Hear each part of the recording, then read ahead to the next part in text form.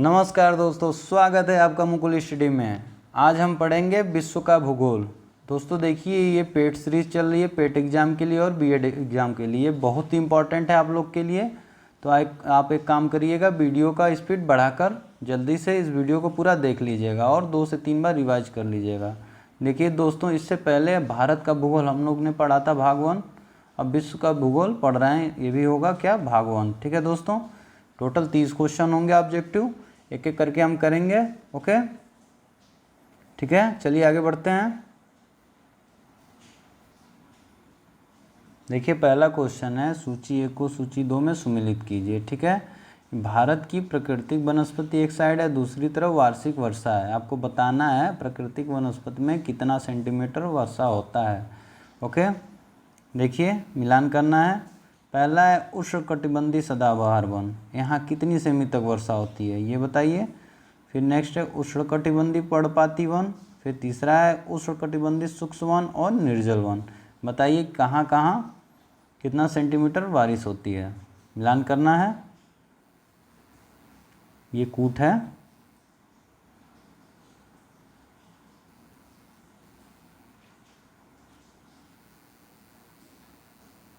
बताइए।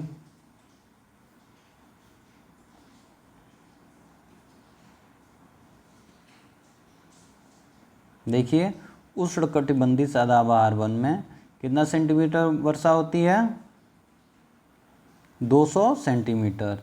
200 सेंटीमीटर से अधिक होती है। उष्णकटिबंधीय सदाबहार वन में कितनी वर्षा होती है? 200 सेंटीमीटर से अधिक होती है। ओके बताइए दूसरा है इसमें उष्णकटिबंधीय पर्णपाती वन, इसका क्या होगा? देखिए ये 100 से 200 सेंटीमीटर के बीच में होती है। 100 से 200 सेंटीमीटर के बीच में होती है। ठीक है, अब तीसरी है उष्णकटिबंधीय शुष्क वन, ये बताइए। देखिए इसका क्या होता है, ये 50 सेंटीमीटर से 100 सेंटीमीटर के बीच होती है। कितना? 50 सेंटीमीटर से 100 सेंटीमीटर के बीच में होती है। ठीक है, निर्जल वन का क्या होगा? देखिए 50 सेंटीमीटर से भी कम होती है, यानी कि 50 सेंटीमीटर से भी कम होती है। निर्जल वन का क्या होगा? 50 सेंटीमीटर से कम। देखिए उष्णकटिबंधीय सदाबहार वन में 200 सेमी से अधिक वर्षा होती है और उष्णकटिबंधीय पर्णपाती वन में 100 सेंटीमीटर से 200 सेंटीमीटर की वर्षा होती है और उष्णकटिबंधीय शुष्क वन में 50 से 100 सेंटीमीटर वर्षा होती है। और निर्जल वन में कितना होती है? 50 सेंटीमीटर से भी कम होती है। ठीक है दोस्तों, तो ये इसमें कौन सा सही होगा? देखिए ऑप्शन नंबर सी सही है। ओके, ऑप्शन नंबर सी सही है। चलिए आगे बताइए।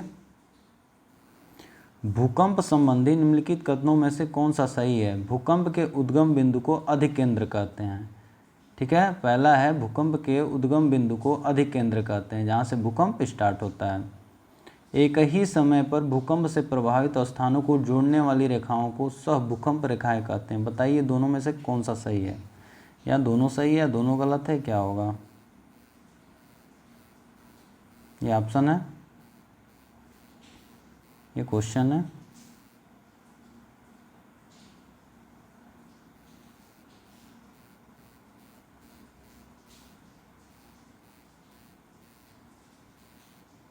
देखिए इसमें दूसरा सही है, पहला गलत है। ठीक है, एक ही समय पर भूकंप से प्रभावित स्थानों को जोड़ने वाली रेखाओं को सहभूकंप रेखाएं कहते हैं।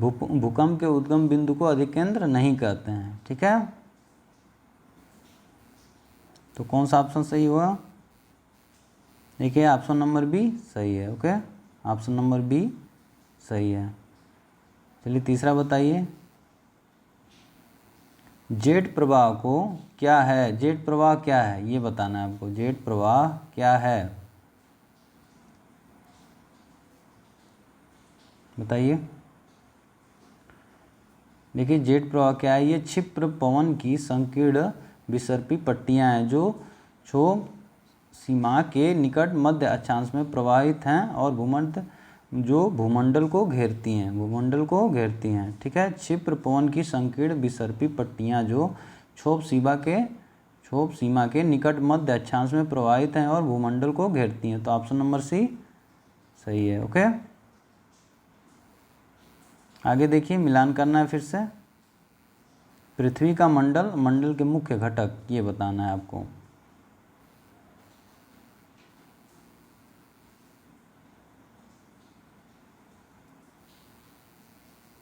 बताइए, ये है,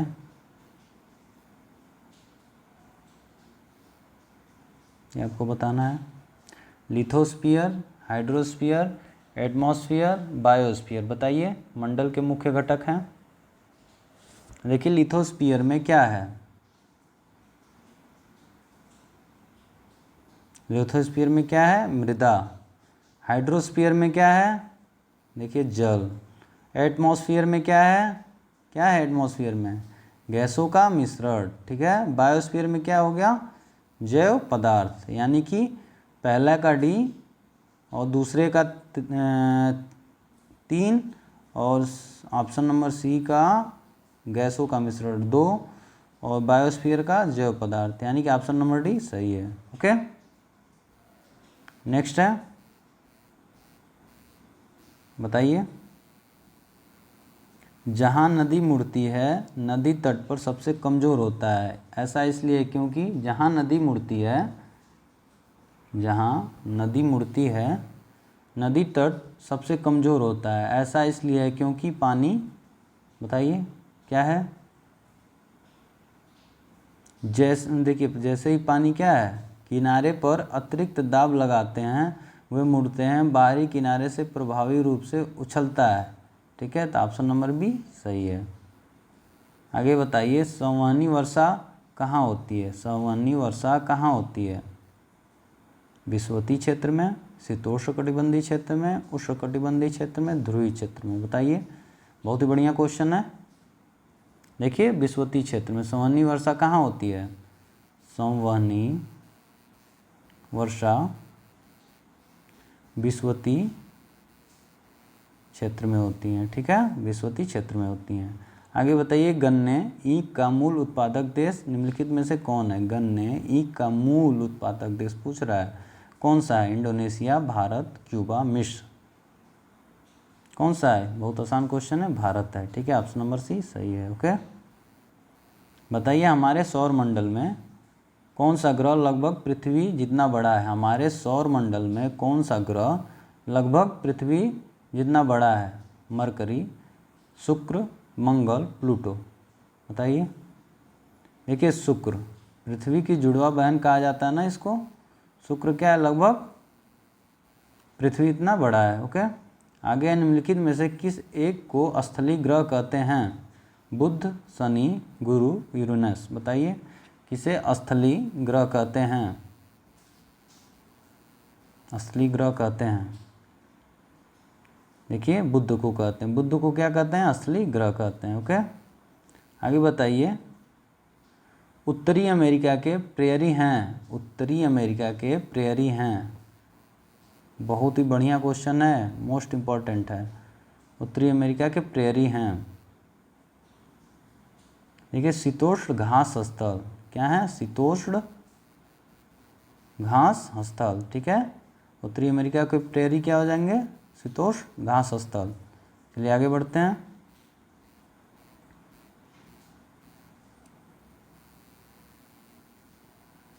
बताइए, दुनिया की छत,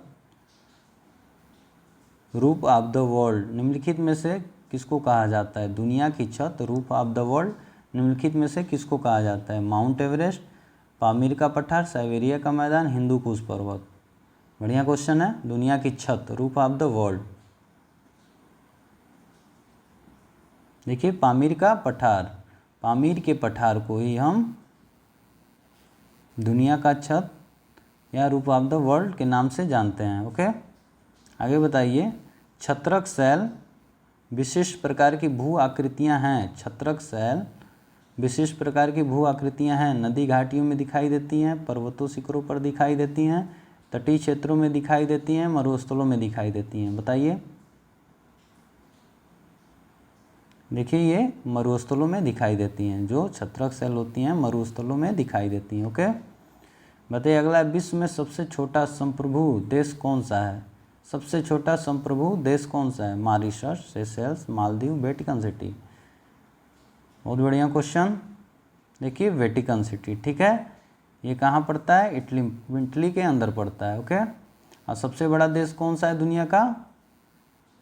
रूस है, ठीक है, रूस सबसे बड़ा, और वेटिकन सिटी सबसे छोटा देश है। ओके, आगे बताइए। सर्वोच्च तरीके से यह स्पष्ट करते हैं कि किसी नदी की निचली धारा अवसाद से कभी कभी अवरुद्ध क्यों हो जाती हैं? बताइए, कूट वाला क्वेश्चन है। पहला, नदी की घाटी निचली धारा में सबसे अधिक चौड़ी होती है। नदी का वेग उसकी निचली धारा में कम होती है। कई बार नदी की निचली धारा में बेल्ट विकसित हो जाता है। चौथा है, नदी की निचली धारा से अधिकांश पानी सिंचाई के लिए लिया जाता है। बताइए, ये कूट है, कौन सा सही है इसमें?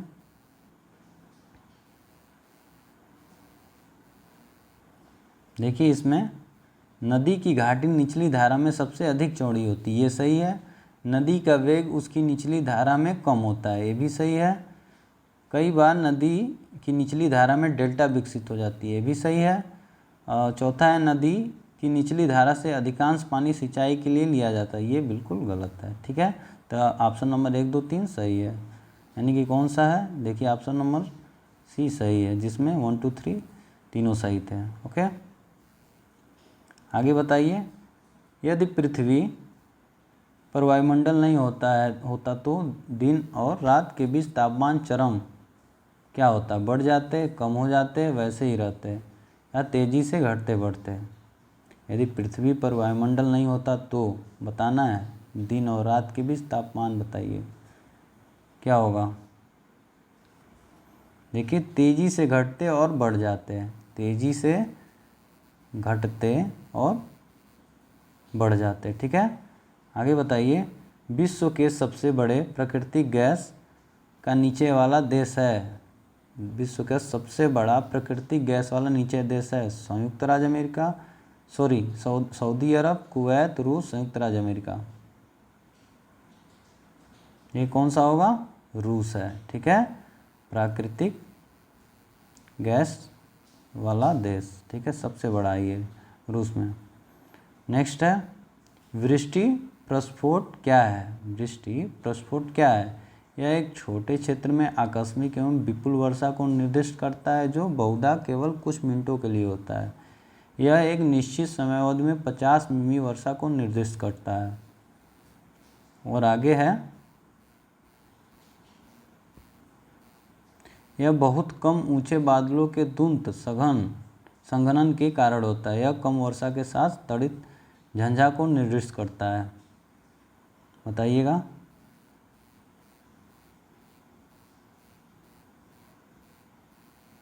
वृष्टि प्रस्फोट क्या है? वृष्टि प्रस्फोट क्या है? ओके दोस्तों, पूछ रहा है वृष्टि प्रस्फोट क्या है। देखिए क्या है, ऑप्शन नंबर ए सही होगा इसका। यह एक छोटे क्षेत्र में आकस्मिक एवं विपुल वर्षा को निर्दिष्ट करता है जो बहुधा केवल कुछ मिनटों के लिए होती है। यह एक छोटे से क्षेत्र में आकस्मिक, जो अचानक एवं विपुल वर्षा को निर्दिष्ट करती है जो बहुधा केवल कुछ मिनटों के लिए होती है। ठीक है, यानी कि ऑप्शन नंबर ए सही है। आगे बताइए।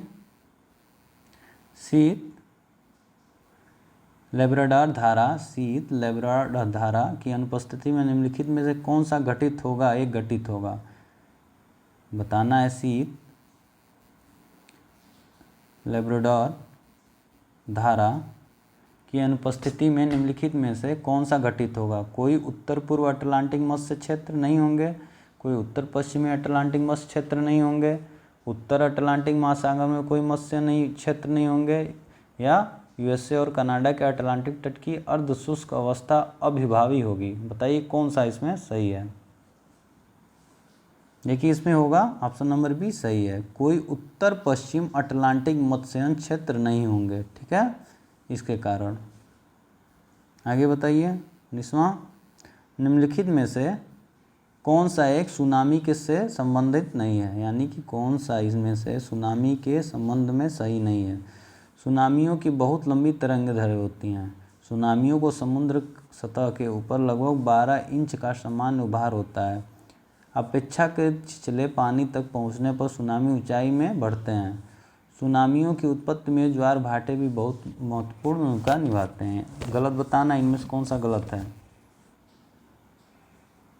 देखिए, सुनामियों की उत्पत्ति में ज्वार भाटे भी महत्वपूर्ण भूमिका निभाते हैं, ये ऑप्शन गलत है। ठीक है दोस्तों, आगे देखिए, यदि लंदन से 10-10:30 बजे पूर्वाह्न पर समाचार प्रसारित हो तो वह बगदाद 45 डिग्री ईस्ट में किस समय सुना जाएगा। ये टाइम से क्वेश्चन होगा, एक क्वेश्चन तो बनेगा ही बनेगा। देखिए 1:30 बजे, अपना 1:30 बजे दोपहर की बात कर रहा है। नेक्स्ट है, निम्नलिखित में से कौन सा एक उत्तरी गोलार्ध में अल्प दबाव क्षेत्र के पारित परिसंचरण का प्रतिरूप है। उत्तरी गोलार्ध में अल्प दाब क्षेत्र के परित परिसंचरण का प्रतिरूप है, बताइए कौन सा सही है। देखिए ऑप्शन नंबर सी सही है, वामावर्त और केंद्र की ओर।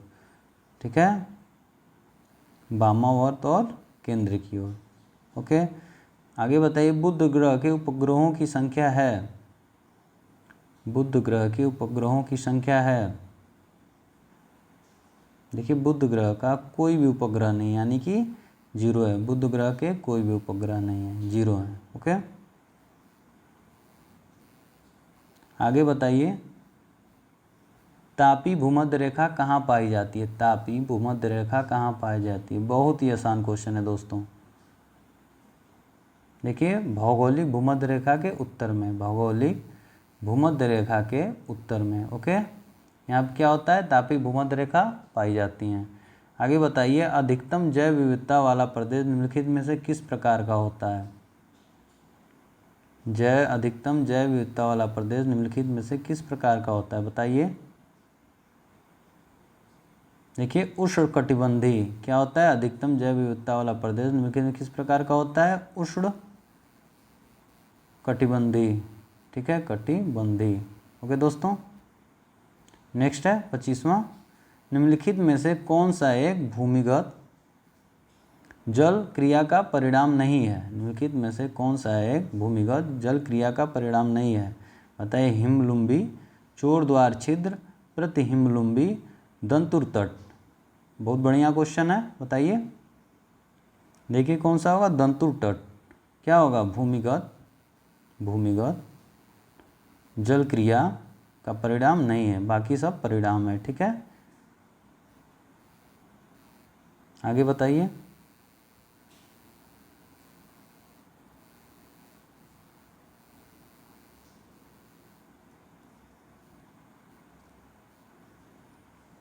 निम्नलिखित में से कौन सा देश संसार में यूरेनियम का सबसे बड़ा उत्पादक देश है। बढ़िया क्वेश्चन है। देखिए कनाडा। कनाडा क्या है, यूरेनियम का सबसे बड़ा उत्पादक देश है। ओके दोस्तों, आगे बताइए, कुल जनसंख्या को उपलब्ध कृषि योग्य भूमि के क्षेत्रफल से विभाजित करने पर मिलता है। कुल जनसंख्या से, ठीक है, उपलब्ध कृषि योग्य भूमि के क्षेत्रफल से विभाजित करने पर मिलता है जनसंख्या घनत्व, कृषि घनत्व, पौषणिक घनत्व, औद्योगिक घनत्व। बताइए क्या मिलेगा, कृषि घनत्व। सीधा क्वेश्चन है। आगे बताइए, प्राचीन टेथिस सागर में निक्षेपों के वलित होने पर क्या बना। प्राचीन टेथिस सागर में निक्षेपों के वलित होने पर क्या बना, Himalaya, Andes, Rockies, Alps. Tethys सागर की बात कर रहा है, देखिए हिमालय बना। ठीक है, क्या होगा, हिमालय बना। ऑप्शन नंबर ए सही है। प्राचीन टेथिस, बढ़िया क्वेश्चन है, टेथिस सागर के निक्षेपों के वलित होने पर क्या बना है, हिमालय बना है। ऑप्शन नंबर ए सही है। आगे बताइए 29वां, निम्नलिखित में से कौन सा सागर बिना तटीय रेखा का है। निम्नलिखित में से कौन सा सागर बिना तटीय रेखा का है। बहुत बढ़िया क्वेश्चन है। उत्तर सागर, बाल्टिक सागर, सारगासो सागर, बेरिंग सागर। बताइए कौन सा सही है। देखिए सारगासो सागर जो है बिना तटीय रेखा का है। ठीक है, बिना तटीय रेखा का है, सारगासो सागर। आगे बताइए, कूट है। निम्नलिखित कथनों पर विचार कीजिए। कॉरियलिस प्रभाव विषुवत रेखा पर शून्य होता है। कॉरियलिस प्रभाव ध्रुवों की तरफ अधिक होता है। कॉरियलिस प्रभाव बढ़ते हुए अक्षांशों के साथ घटते हुए गुणात्मक वेग से संबंध है। चौथा है, कॉरियलिस प्रभाव बढ़ते हुए अक्षांशों के साथ बढ़ते हुए गुणात्मक वेग से संबंध है। बताइए इनमें से कौन सा सही है।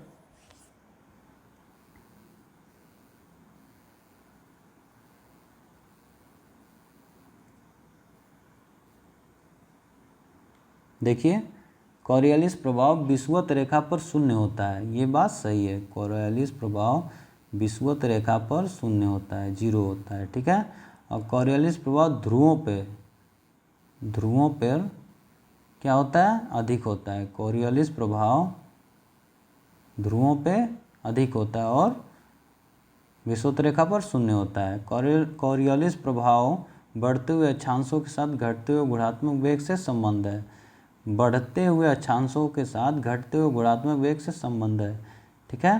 देखिए 1, 2, 3 तीनों सही है। चौथा देखिए, कॉरियलिस प्रभाव बढ़ते हुए अक्षांशों के साथ बढ़ते हुए गुणात्मक वेग से संबंध है। देखिए ये गलत है ऑप्शन, ठीक है। देखिए 1, 2, 3 सही है। कौन सा ऑप्शन है इसमें, 1, 2, 3 सही है। देखिए ऑप्शन नंबर ए सही है। ओके, ठीक है दोस्तों। चलिए 30 क्वेश्चन हो गया। दोस्तों आपको किसी और प्रकार का टॉपिक चाहिए तो कमेंट बॉक्स में कमेंट करके मुझे बता दें, मैं आपको वीडियो अवेलेबल कर दूंगा। ओके, अगर दोस्तों आपको वीडियो अच्छा लगे तो लाइक करें, सब्सक्राइब करें और ज़्यादा से ज़्यादा शेयर करें, ठीक है दोस्तों। Okay, thank you.